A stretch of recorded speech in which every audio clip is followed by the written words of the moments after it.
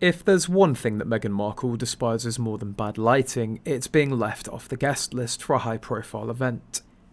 And this time the perceived snub was at the royal premiere of Gladiator 2, held at the illustrious Leicester Square in London on Wednesday, November the 13th. The glitzy event saw the likes of Hollywood heavyweights Pedro Pascal and Denzel Washington gracing the red carpet, while Meghan and Harry were notably absent. For someone who's made it a point to complain about negative publicity and being lied about, Meghan certainly doesn't shy away from playing the victim card. Newsflash, Meghan, everyone gets lied about, not just you. Even ordinary folks face rumours and gossip.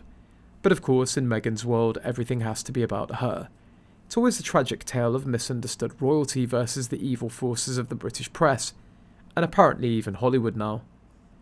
The event itself was a typical star-studded affair. Fans were thrilled when Pedro Pascal, the charming leading man, and Denzel Washington, the legendary actor, arrived.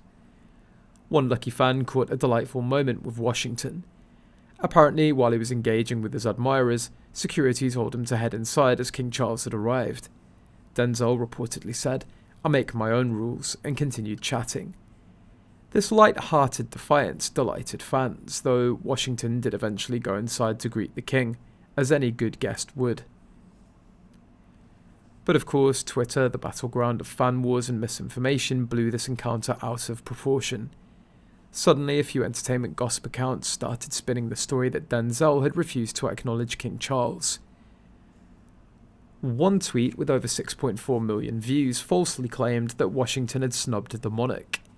The reality, the man simply took his time. There was no disrespect, but why let facts get in the way of a good story, right? Naturally, Meghan's fanbase, the ever-loyal Sussex squad, seized the moment. The Twitterati, especially those with brazen hussy in their handles, were ecstatic at the idea of someone snubbing the king, because any slight against the royal family is a victory for Team Meghan. The sewer squad, as they're affectionately called by some, leaped onto this story like vultures on a carcass, determined to twist every detail into yet another example of the supposed irrelevance of the British monarchy.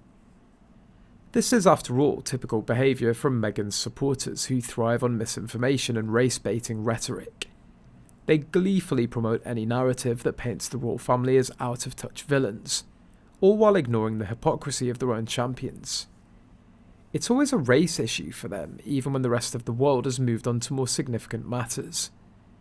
Meanwhile, Harry and Meghan preach about safe spaces and kindness, but say nothing about their fanbase's hateful and divisive tactics.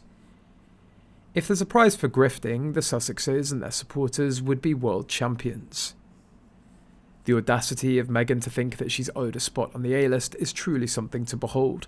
Hollywood didn't exactly roll out the red carpet when she and Harry fled the UK.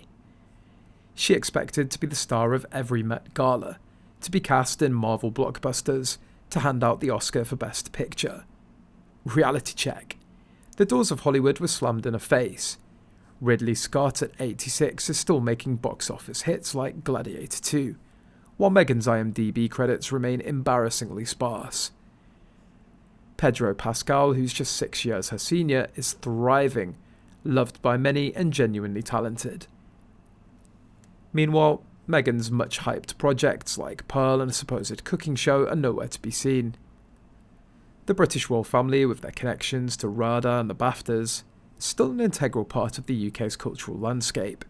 King Charles and Queen Camilla recently celebrated the 100th anniversary of the film and TV charity at Buckingham Palace, rubbing shoulders with directors, actors and costume designers who've actually contributed to the industry.